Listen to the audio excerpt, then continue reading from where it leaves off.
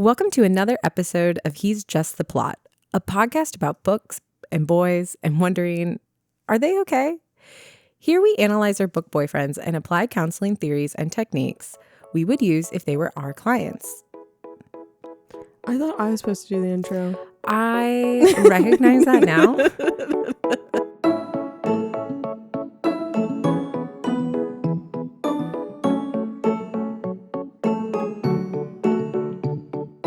Welcome to another episode of He's Just the Plot, a podcast about book boys and wondering, are they okay? Here we analyze our book boyfriends and apply counseling theories and techniques that we could use if they were our clients. Because guys aren't the only people who say, are you going to finish that? That was good. Thanks. You're such a good reader. And I'm Nora. I'm obsessed with the UK and ready to move back at a drop of a hat.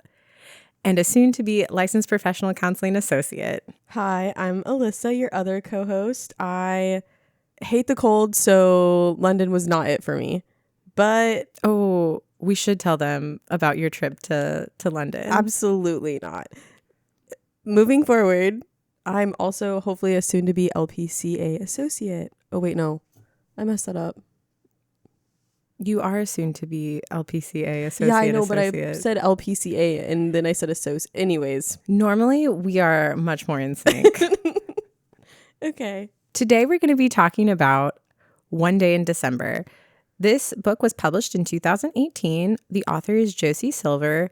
And interestingly enough, Alyssa and I had both already read this book and then decided we wanted to reread it and do it for the podcast. I think what we were excited to talk about too is like the different perspectives from reading it when you're in your 20s to reading it when you're older, and just how things have changed and how things have progressed. But before we dive into any more juicy details, spoiler alerts. We always forget those. But we have to say them. There's going to be spoiler alerts ahead. We are going to talk about plots. We're going to read quotes from the book. So if you want to read this book and you don't want to hear about our opinions just yet, then catch you later. Use your words, not your fingers. Yeah. This is a podcast, Alyssa. I forgot we're also not videoing today. I know. Today we decided also not to video because it was graduation for some of our friends and it's early in the morning.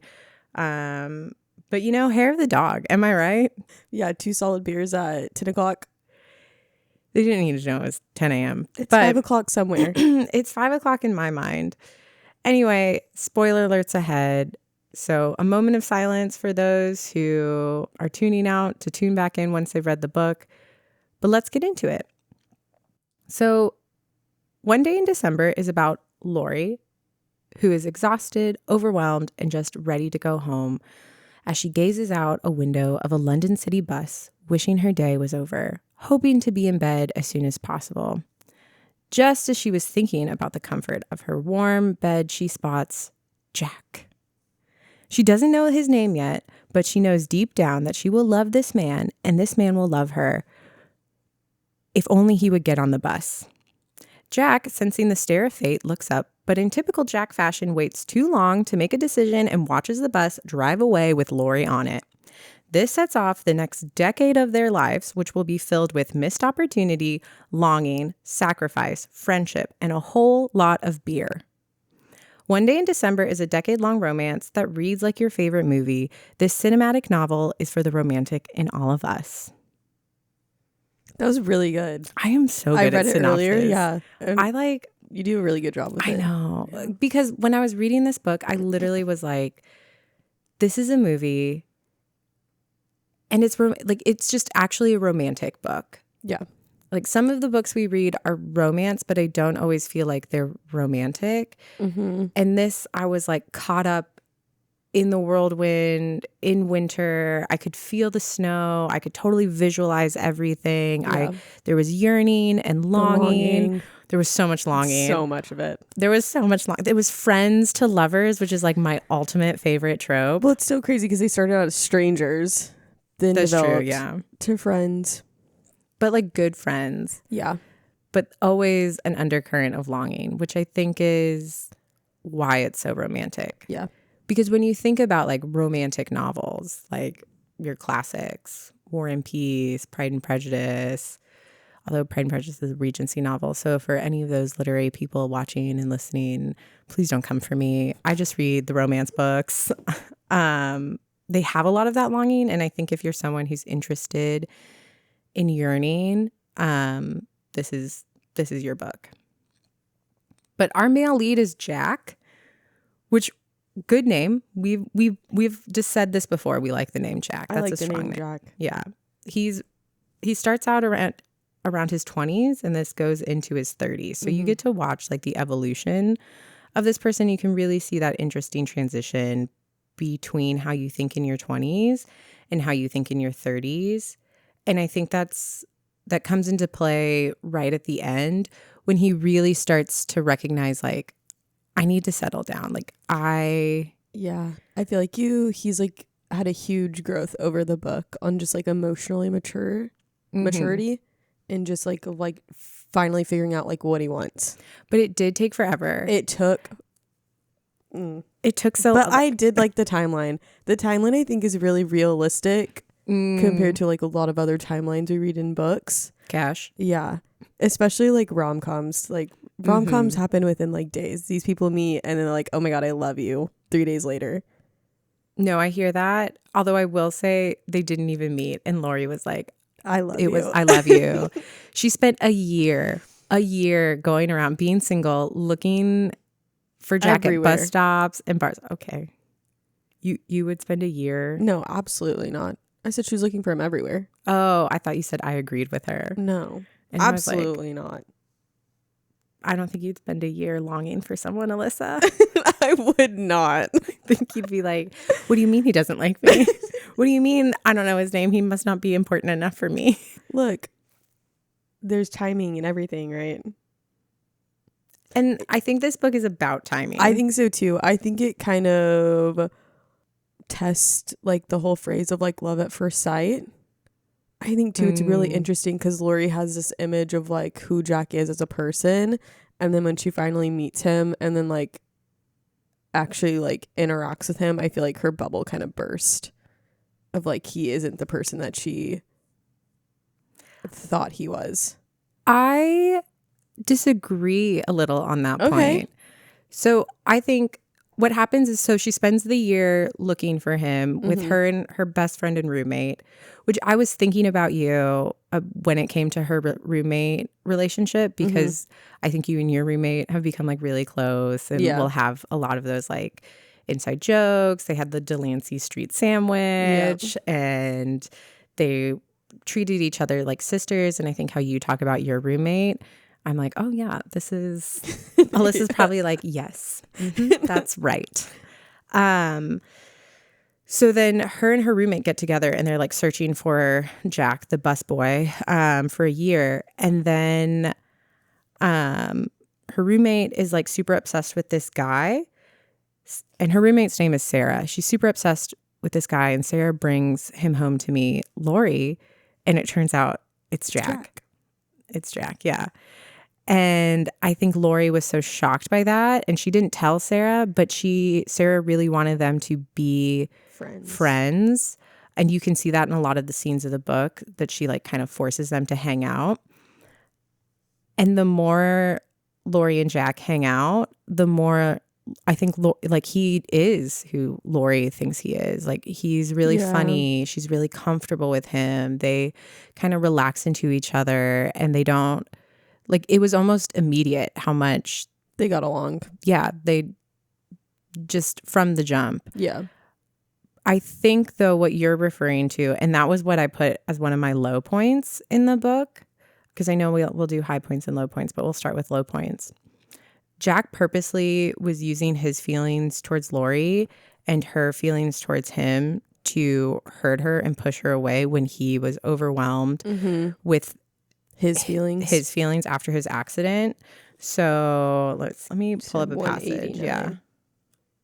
I mean, like, she is the only one who could get, so Jack goes through this accident. Yeah. And he kind of goes through a period of depression, because he's lost his job and he has lost part of his hearing, and he's an aspiring, like, emerging DJ, radio host. And so it's really set him back, and he doesn't know how to handle this setback. And he is on painkillers, and he's been drinking, and he's pushing people away. And finally, Sarah was like, Lori, you're the only person who can, like, please talk to him. You're such a good friend to him. Yeah. And Lori goes over, and they have this, like, spat, this argument, if you will. And Jack's like, I miss you. The words don't register as my own, so much so that I almost look behind me to see if there's someone else there. Her demeanor changes, and she drops to her knees in front of me, her hands over mine. Look at me, Jack. Listen, please let us help you. Let me help you. Let me be your friend again. She's looking at me sincerely with those big violet eyes of hers, and her fingers squeeze mine. And this is the part I highlight because, like, I just think it's so devastating. It's always been like this with us, hasn't it? I don't have any control over the words spilling from my mouth. When you look at me, I know that you really see me. I don't think anyone has ever seen me, Lou, not the way you do. And then he rips off her necklace and insults her and forces a kiss on her and pushes her away. Yeah, it was a lot in one scene. It was a lot because she's wearing, because Lori at this point is with another man, and she's wearing a starfish necklace that he had gotten her. And, like, Jack just can't handle it. And I think that was such a low point for me and such a bubble bursting point for Lori, because she really saw the worst in him. Yeah. Like, the aggression and kind of the violence of ripping off someone's necklace and then forcing a kiss. Like, I think that was, if I was Jack's therapist, I'd be like, what a story you're telling me. We should work through that. There might have been better ways to handle that. Another way we could have handled that situation. Yes. Yeah, that was also a low point for me. I think just the forcible kiss, and he's like, I think it's just like indecisiveness too. And I think it's such like conflicting feelings he has of like, he likes Sarah, he's been with Sarah, but then like him and Lori have like, okay, what could have been, what like almost happened. Well, and I think there was that interesting conversation he had with Sarah, because Sarah eventually leaves him for another guy, which if you read the book, I think it was really interesting, the guy she ended up with. Yeah. But they have this kind of like reconciling conversation where they talk about, is 90% enough? Like, do you have to be 100% in love with someone? Because Jack and Sarah were like, we were like 90% for each other. And I think that's a good conversation that you can have with your partner. Like, am I in this 100% with you?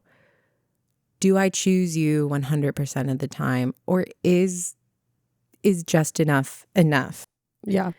And if it is for both of you, I mean, like, that's your relationship. That's your relationship and that's your choice. But I do think that was a really good conversation to have, and something to have early on. Like, I would recommend, I know this is something Drake and I used to do, just like weekly check-ins, and then it became monthly check-ins of just, okay, where are we? Are we still enough? That's really good. Yeah, we're like really healthy. We don't do them anymore. But we did get engaged, so I think we made that ultimate choice of yes, we're 100 for each other. But that was, I think you also made a really good point that Jack is very indecisive, and when we get to the counseling theories, that was one of my like things to work on. Mine too. Oh my God, are we twinning? Are we the same? We are. Should we giggle? Sorry, Mom. Give some oh yeah. Yeah, don't just say apologize to your mom. I said it at the beginning of the podcast. We weren't recording. Drake was definitely recording. Okay.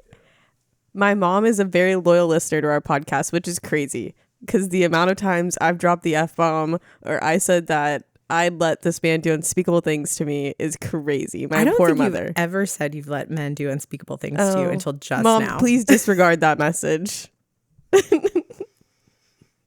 Anyways, my mom's a very loyal listener. She's listened to every episode, and she called me last week, and she was like, so I just got done with one of the episodes. I was like, okay. Any feedback? Any Never critiques? ask for feedback. Moms don't give feedback. She was like, you and Nora are just like, y'all just, she's like, I feel like y'all just laugh all the time. She's like, all you do is either laugh at each other or just like laughing about something. Emphasis at each other, never with each other. All you do is just make fun of each other and laugh at each other. I feel like we laugh with each other. I think we get there, yeah. Yeah. We were just talking about our friend group is very mean. That's how we show affection. Yeah, like if anyone else heard our conversations, they'd be like, do you like each other? Like each other? We're like, yeah. You're one of my bridesmaids. What was your low point? That was mine too. When I had read that, it was, I think, like I said, he's in kind of like a depressed stage in life. Like he had kind of all this going for him. I'm sorry, I'm really distracted by a truck out there. No, it's flashing lights though. I lost my train of thought. I'm sorry. Let me pause. I really like that beer. One time at band camp in England. So when I was living in England, we used to have this thing called Cocktail Fridays in my house, my little flat share.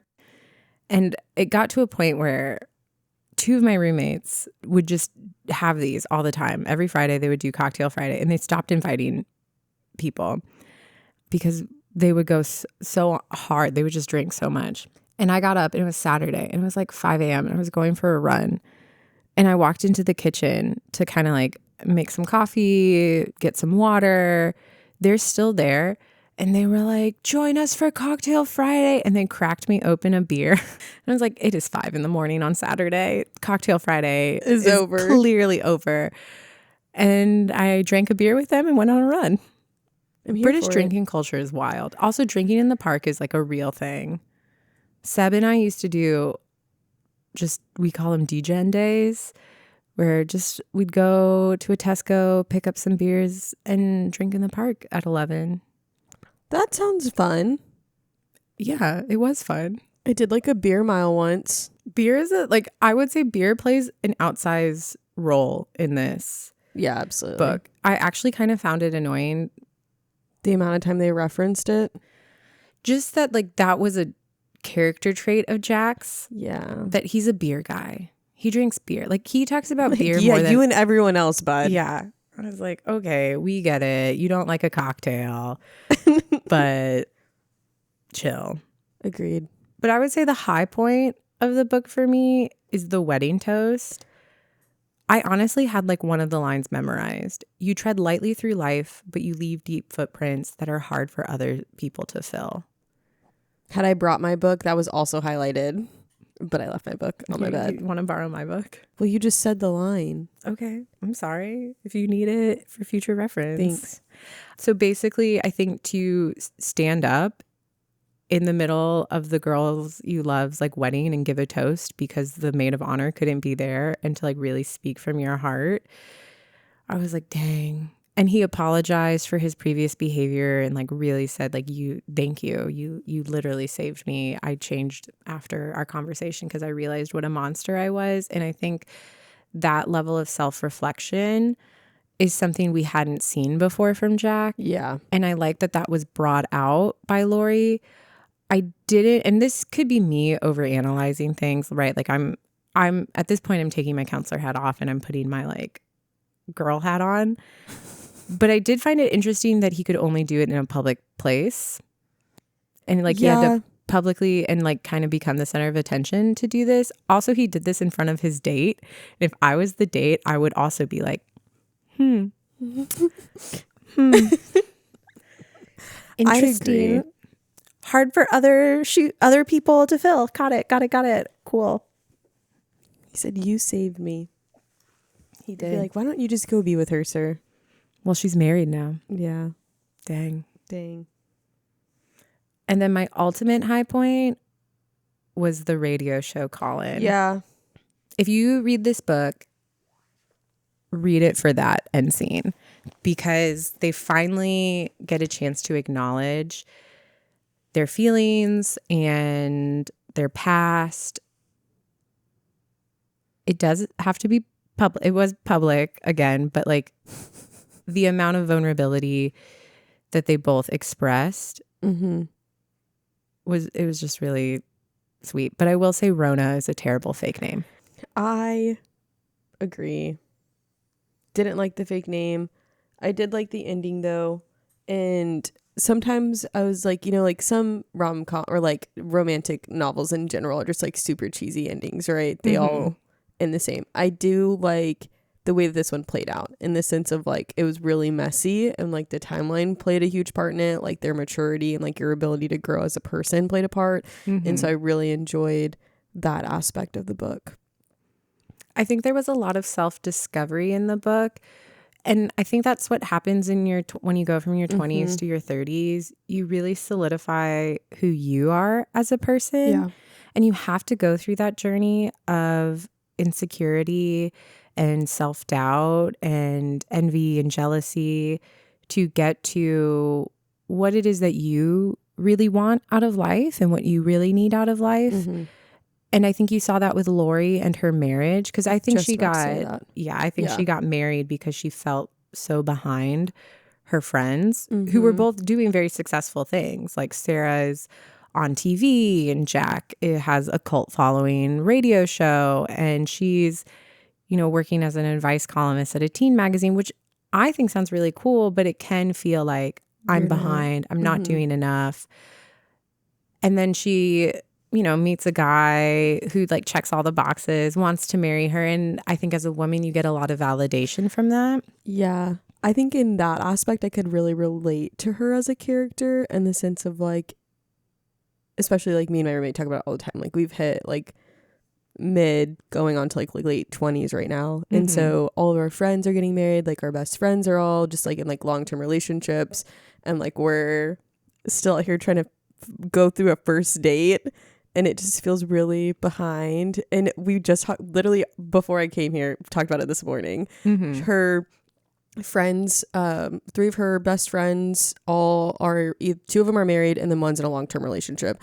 And one of them had bought a really cute sweater for her husband. And then the girl was like, oh, drop the link so we can all get our boyfriends one and we can get them matching. And she was like, I'm literally about to cry in like singleness. And I said, I'll wear the sweater for you.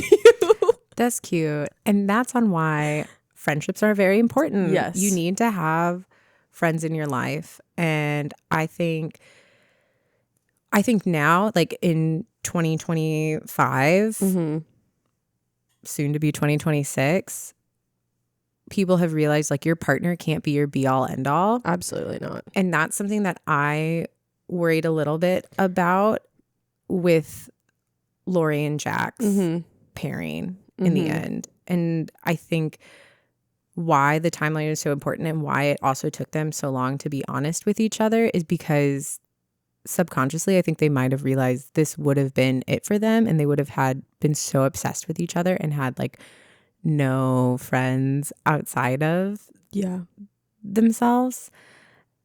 I think you lose your identity that way, and there's way too much like codependence. So I'm also glad like it took them till their 30s to kind of figure out first who they are to then understand how they can be in a relationship. I agree. Because I do think you have to have some level of like independence and self-awareness, self-worth, sense of self to be in a healthy relationship. I agree. Yeah. Lori was I was like, girl, I get you. I feel you. I'm like, it's getting to the point where I'm like, the bar is 6 feet underground.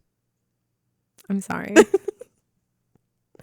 You don't need to be sorry. It's not your fault. I know you always say that. I'm an empath. Just let me be empathetic. I feel like saying sorry though doesn't. I'm acknowledging your pain, Alyssa. Let me acknowledge your pain. Like I went on a first date and then he ghosted me. Oh my God. And then I gave up for dating for the rest of the year. I want to point out though, you didn't go on a first date. Yeah, it wasn't a first date. Literally told him this is not a date. So accidents all around. I just want to give context. He texted He said, let's go grab drinks. I said, sure. That's a normal date. Not a date. That is not a date. And I've been on a lot of drink dates. A first date. That's not a date. So then we were out, right? I saw too many people I knew because we live in a small city. A small city. It's a city, but it's a small town. Yes. And then he saw his coworkers, right? Introduced me. He's like, oh, this is my date, Alyssa, whatever. And then afterwards I was like, so this is a date? And he was like, well, yeah. And I was like, you didn't ask me on a date. You asked me for drinks. I think that's a date. Like it's implied. Anyways. Well, then he asked me out on a second date. But then you didn't talk to him for like 3 weeks. No, that is not the case. That's not the case. He texted me, right? He said, I'd really like to take you out again. I was like, okay, yeah, cool, sure. I was like, I don't have a free weekend because I refuse to go on a date during the week, right? The week is for me. I want to decompress when I go home. I go for my runs when I get home from work. Set your boundaries. I support that. Thank you. I have a stressful job. You need your time. Thank you. So I was like, oh, I'm not free for like 3 weeks, right? And I was like, if you're willing, I told him, I said, if you're willing to wait, I'd love to. If not, like, I get it. I understand. And he was like, no, like, just let me know when you're free. I was like, okay, like, it'll probably be the week after my half that I ran. Mm-hmm. And then, by the way, she's a marathon runner. She's running half marathons. That's not a marathon. She's drinking Michelob Ultra over here, the beer of runners. But I'm normally a Miller Lite girl. Okay, I know. I'm sorry, I don't have any Miller Lite for you. I will say, I do think, you did express like, this is when I'm free. If you are still available, if you are still interested, I would like to participate. Exactly. Just as a head, like, I think you did communicate your needs on that. And so I 100%. Yeah. And he's like, yeah, no, I'm willing to wait. And I was like, okay, cool. He's like, yeah, just text me when you're free. I said, perfect. We texted a couple times, like in between those couple weeks. And then I texted him. I was like, oh, I'm free this weekend if you're still up to do something. And then nothing. And then I gave up on dating for the rest of the year. Maybe a bit dramatic on the outcome. Faults on all sides here. That's all I'm saying. I'm perfect, so I'm not at fault.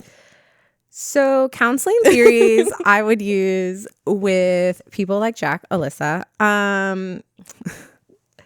Did she say my name? I think there might be some similarities. I'm only like a little bit unemotionally unavailable. You're extremely emotionally unavailable. I feel like that's incorrect. It's like a spectrum, right? And like here's and you're like super on the end. Okay, anyways, person-centered. Person-centered, which you should be. So I think if I was Jack's therapist, counselor, if he came to me over this decade-long period, I would choose to use person-centered therapy, also known as Rogerian. This is a pretty common therapy. Mm-hmm. So if you're interested or thinking about therapy, a lot of people practice this style of therapy, and it can often seem more like approach as opposed to a theory, because there's not like a whole lot of techniques with it. It's more about how you approach your client. Yeah. So empathy, active listening, like your ability to just kind of be a soundboard for a client. Mm-hmm. And I think the biggest thing is showing unconditional positive regard, which is a counseling term for I'm on your side. I believe in you. Like, I also want you to be happy and healthy, and I want to support you as much as possible. Yeah. That doesn't necessarily mean like I'm always going to agree with you. And I think that's the hard part for people with it. It means though that like I will always support you and care about you and hope for the best for you and want to be here and like show you that type of dedication, which is really rare. Like that is incredibly hard to find. And I think when we have these conversations about how much of counseling is kind of like reparenting yourself, this is one of those things that comes into play, because this is something that like you would hope to see from a parent, but it's also just it's really hard to do, because you can't, because part of unconditional positive regard is like non-judgmental acceptance. Yeah. And being non-judgmental can be the hardest thing. And so like when I'm with my clients, like I really don't like I really don't judge them because like I have no space to judge I have no space anyone. to judge. That's why when I take my counseling, I'm like, when I take my counseling hat off. I'm sorry. Both our laptops Just died. We're winging this structure now. It's okay. I have it on my phone.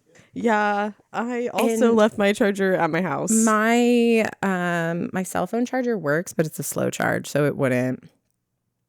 But I know what I'm going to do with Jack. So unconditional positive regard is non-judgmental. And so that's something I think we would really stress with any client, especially when you go into therapy, is like, we're not here to judge you. We're here to help. And if you're feeling judgment, which is something that like my face always screams like I'm judging people. Mine too. Yeah. And so I'm constantly like, I'm checking in with my clients nonstop to be like, me too. How are we feeling about this? How are we feeling about our relationship? Like that constant, just like ensuring we're all on the same level.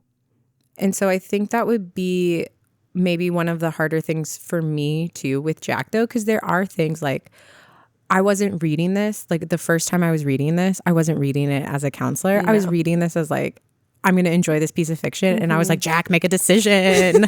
Jack, trust yourself. Jack, why? And so I can see that judgment. But then as a counselor, I was like, okay, well, if Jack came to me and was like, I really struggle with allowing people in and like trusting my choices. And I feel like I'm always making choices that kind of backfire. Yeah. I'd be like, heard. What makes you say that? And so I think that would be my first kind of goal with Jack is how we can use person-centered approach and empathy and being in congruence with our actions and emotions and having like a non-judgmental sounding board to work on really trusting the choices that you're making. Yeah. And that you aren't kind of messing everything up. And you are doing what's best, not just for you, but for kind of everyone involved. Yeah.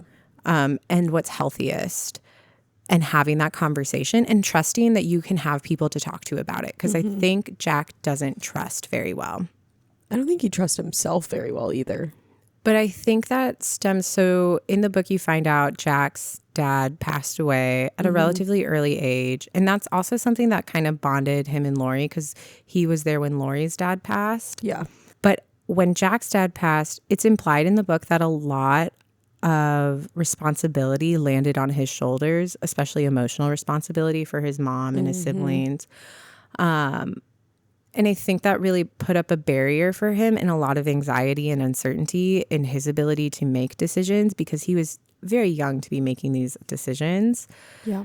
And so working through that and building that trust with himself and then with others so that he can take what we're doing in therapy and having those conversations that allow him to be open and authentic and practice that with me, the therapist, and then do that with his fellow like friends, colleagues, loved ones, because eventually the ultimate goal is I want him to not need me, like to move on, to be happy and healthy and apply these skills elsewhere.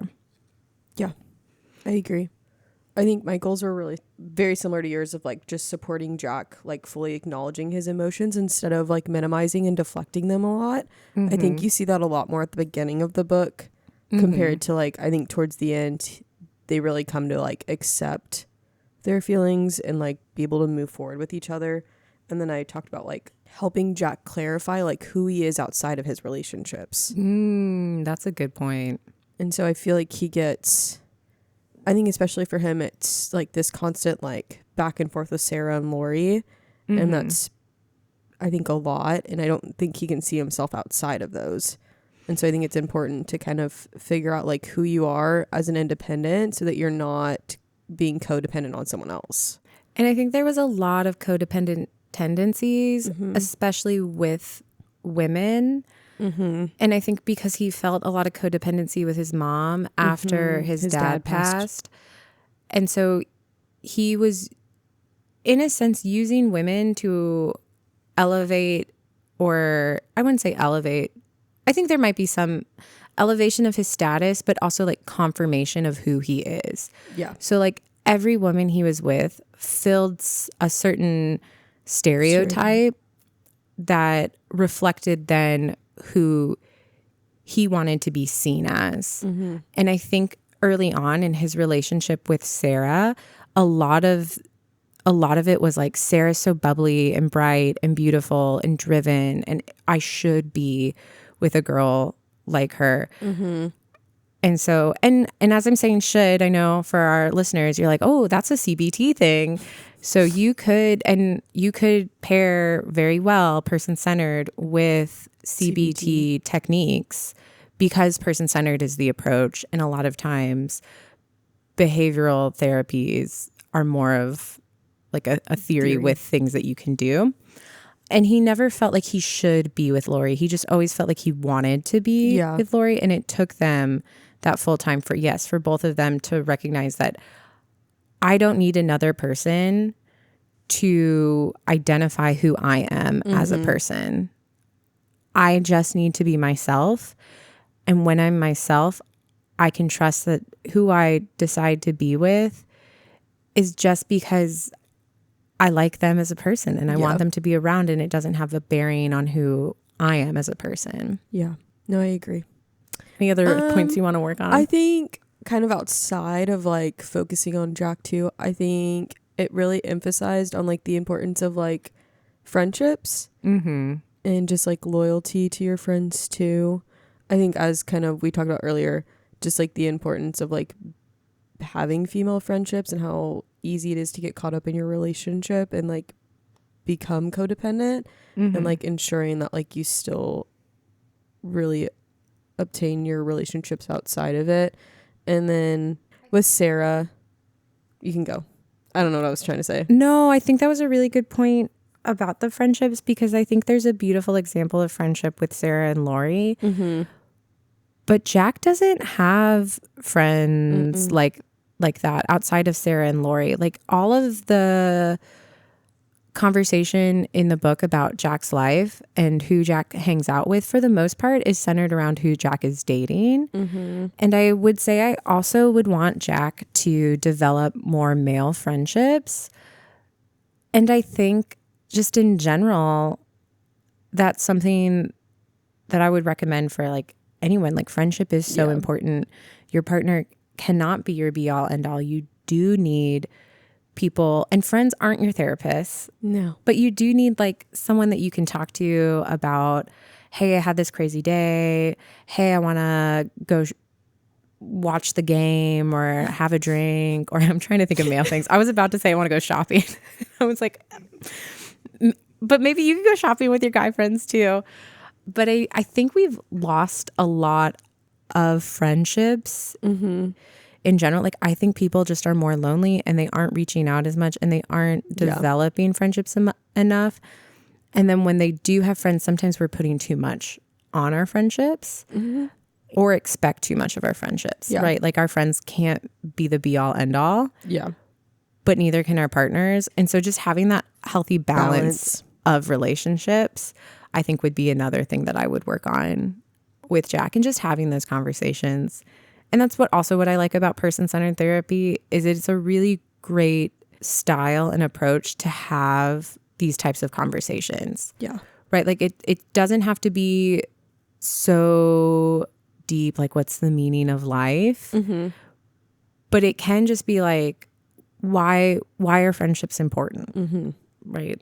It can just be like, how do we make decisions throughout the day? How do I work on self-esteem? Why is self-esteem important? Why am I lacking in this trust? And just having that, like, just a really good conversation that I think a lot of times too we miss out on. I mean, overall, I really like this book. I didn't remember a whole lot of it going into it. Same. I realized that I remembered the feeling of reading the book. Like, I remember that I really enjoyed the end. I was like, this book is, I liked reading this book, and I remembered nothing about the book. Me too. And then I reread it and I was like, oh, yeah. It's a good, I would recommend I would give this 3 green flags. Like, I would too.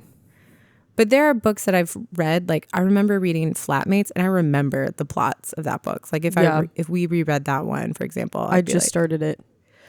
It's one of my favorites. I think it's so cute. I'm excited. Isn't it I think you have my copy. It is, yeah. Oh, okay. It is your copy. That's why I was like, I need to read this now so I can give it back to her. Oh, maybe we should do Flatmates sometime. I'm down. Just a series on British novels. But yeah, 3 green flags. For sure. I think, again, just their character growth was really impactful. Mm-hmm. And I really enjoyed the timeline. It didn't feel rushed or anything like a lot of books. Yeah, it was a healthy timeline.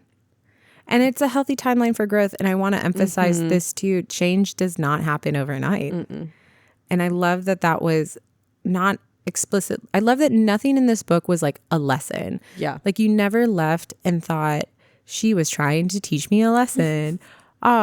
People change. It was just a really good example of how change happens over a long period of time. And it's not always obvious nor discussed or thought about unless you have your 2 future LPCAs just talking about change all the time. But let's get down to what people are really listening for. Is he hot or is it trauma? I think it's both. I put he's fine. I was like, he's okay. He's okay. I wouldn't say he's like hot. I wouldn't date him myself. But I would have like a friend could date him. Yeah. I definitely see now, not in his 20s, because I'd be like, he's kind of stupid. A fuckboy. I don't think he's stupid. All men are. Okay, not all men. Just because you're jaded. You had one bad experience and dated one bad guy. The dating scene's not that fun either, so. The dating scene is not that fun. I'm so thankful I'm not dating. Yeah. Not to rub my happiness in your face, but rub. I love that all my friends are really happy in their relationships. I love that for me too. It is rough for you. It is. I'm validating those feelings. It's so bad. But the dating apps, I got off them. I was like, I can't do this anymore. That's fair. Yeah. Don't do it. We've talked about this before. I think you're at a really great place in life. You and your roommate are at the same place. You get to develop those bonds. You get to have someone to come home and have a glass of wine with, honestly, watch Dancing with the Stars with, bake cookies with, do your little domestic stuff with. Period. And kind of just have like a really fun relationship and go out with and flirt and not worry about those things. Yeah, it's the going out part that we don't do. You literally go out way more than I go out. I barely go out. We were literally out the other day. You're so right. That's going out. My one outing. And we worked. That's so true. A graduation. And then I went home and we watched Heated Rivalry. Oh my gosh, we watched Heated Rivalry. Drake did not want to watch it. And I said, please. Dude, such a good show. The longing. Oh, the longing. The yearning. The yearning. Did you watch the last episode? No, I only watched the first episode. And then I got really tired and I needed to go to bed because I'm an old woman now. Yeah, we watched that and we watched this other movie that's also based off books. But most movies. She's a Spanish author. So she's from Spain. So all of her books are in Spanish. Shut up, Drake. Anyways, have you ever heard of My Fault? Oh, yeah. So it's the author of that book. She wrote another series. Ooh. And I haven't been into My Fault. The step siblings. Yeah, the step siblings don't do it for me. That's honestly so. We have 2 guys listening to this right now, producer Drake and our friend Trevor, and they have been giving their 2 cents visually this entire time. Yeah, Drake's faces always say a lot. Anytime I look over, sometimes his face says a lot. And Trevor's like trying really hard not to pipe up. He wants to be in this so bad. I know when we talked about our faces being judgmental, he was like, As someone on the receiving end of that, I can totally attest. Is actually Nora's never not looked at me judgmentally. I feel like I have a smile on my face all the time, y'all. Speechless. Drake, give a thumbs up. Drake wants us to wrap this up. Yes, so I would say Jack is fine. He's fine. He's fine. Wouldn't date him, but I'd let my friend date him. But I think he's perfectly written for Lori, and the book was really well done. And I would 3 green flags. Like, yeah, I don't think he actually needs like constant therapy. I think there were some moments where he needed it after his accident, and he could work on his self-esteem. But overall, like, he's just a guy. He's just there, trying to get with this I think girl. they're very realistic characters. Yeah. I think they're like they're people we would see out on the streets. Very normal. Yeah. Very normal. And I appreciated that. It was a breath of fresh air from our typical reading of non-normal people. I agree. It was nice. It was a good book. Well, thank you everyone for listening. And as always, stay reading.